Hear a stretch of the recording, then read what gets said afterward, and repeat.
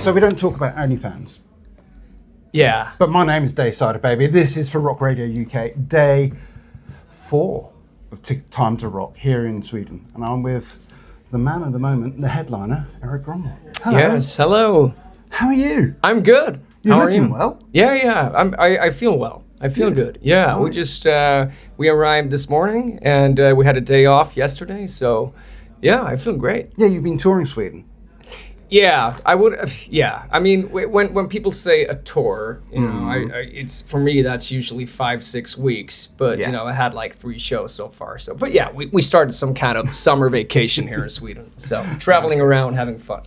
You seem to be quite a regular here, because the 2 times I've been to Time to Rock, you've been here headlining in one form or another. Yeah, so last year with Michael Schenker, I also played here when it was called something else. It was called Helgeåfestivalen. I'll take your word for that. Yeah. But that was I don't even know when that was, but that was with Heat. So I've been here with Heat. I've been here with Michael Schenker last year. Same dressing room actually, but now my own show. So it feels good. Yeah, I mean, you must be quite pleased with yourself. You're headlining in your own name rather than Michael or Heat. And I mean, Bad Bones is just such a great album. Thank you very much. Yeah, to be honest, when I decided that I wanted to put out my own album and do my own thing, I had no idea this was going to happen. Really? No expectations at all. It was just something I had to do for me. I felt like I had a lot to write about, to process. And, I did those 2 sold-out shows in Stockholm. And when we announced those shows, it was the first show we announced. I had no expectations at all. I didn't even have a band put together. Okay. I didn't even have the album ready. I was just like, okay, but now I have a timeline that I can work with. So let's announce the shows, and it sold out. Pretty fast actually, and then we did the other show, and I told my manager, "You're insane. We can't do 2 nights. Like, let's just be satisfied with this. Let's not get cocky here." You know? And then that sold out as well. So it's way beyond my expectations. Yeah, I mean, I've got to say, I mean, when you were Skid Row as well, that was probably for me the best Skid Row album as well. Thank you. I felt like I didn't have anything to do with the writing on that album, but I felt like when they sent me the songs, I felt the same way. Like the Skid Row that I grew up listening to. And I love that album. Yeah, so you seem to have the Midas touch, pretty much. I'm just lucky. and very unlucky sometimes. Well, maybe not golden fingers, but golden tonsils maybe, I don't know. And I try to do the best I can with what I have. And I think that's all we can ever do, really. Do the best we can with the cards we're dealt. And I've been lucky I was lucky to get the opportunity to be part of Skid Row. Yeah. And, Sebastian Bach has always been, when I started singing, I listened to the Slave Through Grind so many times because I wanted to sing like him. Yeah. So he's, I come from, trying to sound like, when I started singing, I wanted to sound like Bon Scott, Sebastian Bach, Robert Plant, all these great singers. And so I feel like I've had a lot of time to prepare for an album like that. So when I got the opportunity, I was like, okay, I think I know what to do with this, but then you always have fans that will prefer the original lineup. I'm the same as a fan. I have certain bands that I want the original lineup. So I totally get that perspective. But I think we had a really good thing together. Yeah. So now moving forward, I mean, it must have been 4 or 5 years ago now. But moving forward, being your own solo artist with a body of work that is such a good album. I'm sorry, I'm trying not to gush.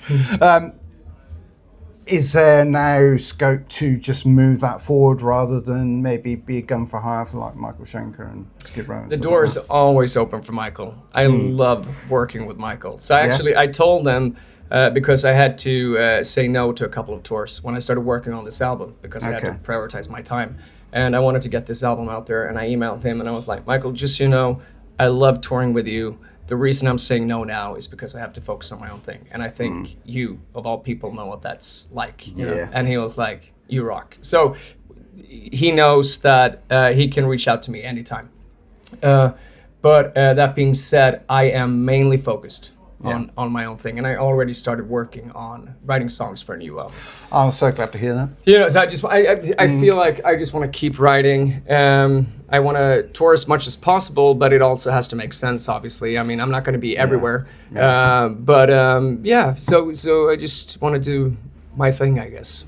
I'm trying not to jump too far away. You're at Mayhem Festival in the UK. Oh, yeah. Which is next May, I believe. Yes. Headlining right, that. yeah. So... May 16th, maybe? Maybe. Look it up. Take this man's word for it. Yeah. Look it up. Look it up. Yeah. And the Mayhem Festival. I'm going to be there. Yeah, good. In May. Is that going to be an exclusive to the UK, or are you going to be maybe coming over? That's a good question. I don't have a good answer to that right now. That's the only show I know I'm doing at the moment. Right. Let's put it like that. Okay. But like I said, I wouldn't mind doing more shows in the UK. Or like touring more. You know, okay. Okay, so jumping back to the album now, Bad Bones. If you were to pick 2 tracks for you, which mean the most? I think I have to go with Who's the Winner. And it's funny because that song pretty stands out a bit now when I listen to the whole album, but that's the first song that I knew that I wanted on the album. Okay. When I was searching for like, you know, what do I want to do? What do I want it to sound like? Who's the Winner was one of those songs that just felt right. Yeah. And then I was trying to go from there, but I think that was the wrong way to do it, because where do you go from Who's the Winner? When you know, because now it really stands out on the album. But Who's the Winner? Because that was kind of like the starting point. And also Bad Bones, because that was the first song that we, Jonah and Fredrik Tomander produced the album. Jonah is with a band called Heat. Yeah. So he's my best friend as well. And we sat down and wrote Bad Bones together. And that was the first song we really wrote for the album. So that was also kind of like a starting point, I guess, for the whole album. So I would say Bad Bones, Who's the Winner? So now moving forward with the album number 2, sort of like slowly coming into work, has your sound, do you think, evolved a little bit from this current album? Yeah, I mean, when I joined Heat, I told the guys I wanted to put out an album that sounded like Alice in Chains. Right, okay. See where this is going? Yeah, I mean, I guess because those guys had different influences, so I wasn't really aware of this whole AOR thing when I joined them.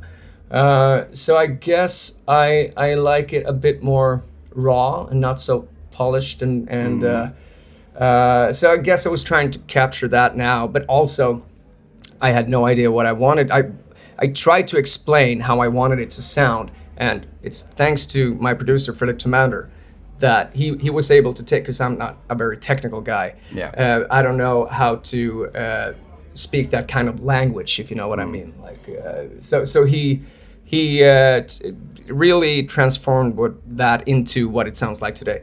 But yeah, I guess I like it very. I've never been more honest when writing music. I've also never taken the approach that every song has to feel right. Don't get me wrong, I love being in bands. I absolutely love being in bands. But sometimes you end up in a bit of a democratic process, diplomatic process, where you're like, it's not my favorite song, but yes, we all voted and we all want that song on the album. Not everyone, but some people, the majority want the song on the album, so we're gonna go with it.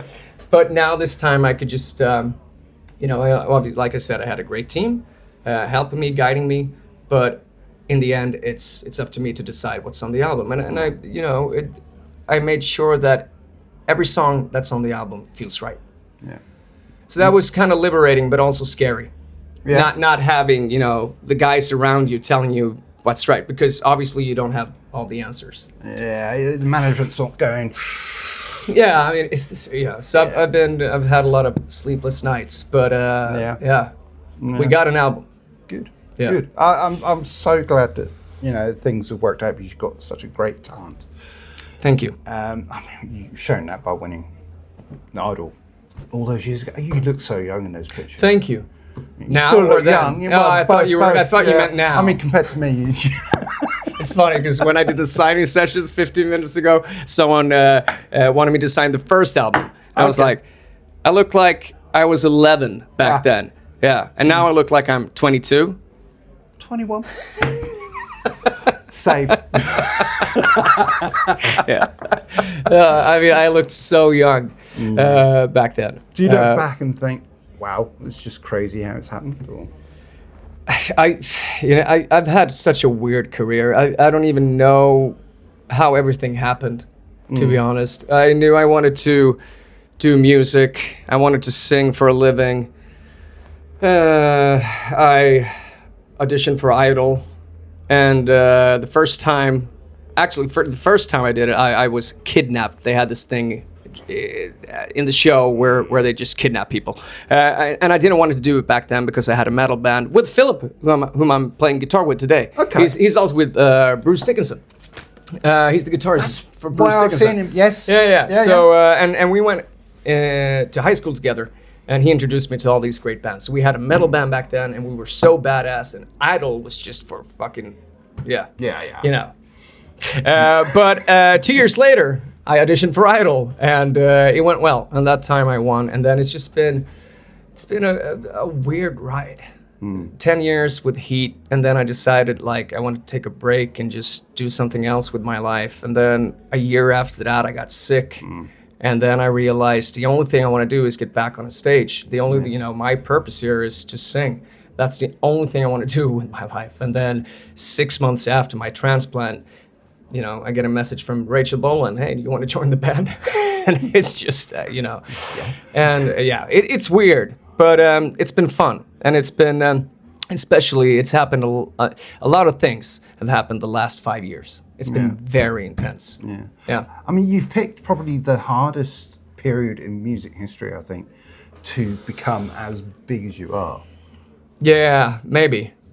Maybe? Yeah. You don't think so? Yeah, well, yeah. Do you mean like it's harder now than... Yeah, I mean, the streaming platforms taking... Basically, the chunk, record deals becoming obsolete. Yeah, I've been thinking a lot about that as well. But also, I don't really have an option. You know, I live now, so I have to do the best I can with it. But yeah, I mean, sometimes I can also go, I wonder what it would have been like in the 80s. You know, if I was you didn't miss much, trust me. Everybody just doing drugs and stuff. Yeah. Now, I guess it's also a bit healthier now, to be honest. I think the business is healthier. Looking at the Haribos here. I don't think this is very healthy, though. But, you know, water. So do you have enough time for your own like family time, mate, or is this just taking too much of your time? No, I feel like I have a very good balance right now. You know, I got time to exercise and rebuild my body and get back in shape after my illness, and spend a lot of time with my family. And I feel like it's a very good balance. Good. Yeah, absolutely. Last thing I want to hear is burnout. You know, from you, from talent, and stuff like that. Yeah, no, thank you. Yeah. But Time to Rock, I mean, for me, it's fast becoming one of my favorite festivals. It's so nice here. Yeah, I love it. It's like my home away from home. Yeah. People are so nice and great experience as an artist as well. I mean, they know what they're doing. Yeah, I mean, you're saying that, I'm saying that as press. I mean, it's probably best I've been treated as a press. And just going out, especially last year when we were really just wandering the crowd, just watching the bands and stuff like that. The people So friendly and... Yeah. Yeah. I assume that is just the Swedish way. Yeah, I would say Swedish people are pretty nice mostly. There's always assholes everywhere, you know, but they're not here. No. So are we expecting you back next year as well? I think maybe they want me to take a break from, maybe, I don't know. Maybe we'll see. We'll see what happens. Okay. I don't know yet. Okay. On that. But if they ask me, I will be back. Well, there you go. On that bombshell.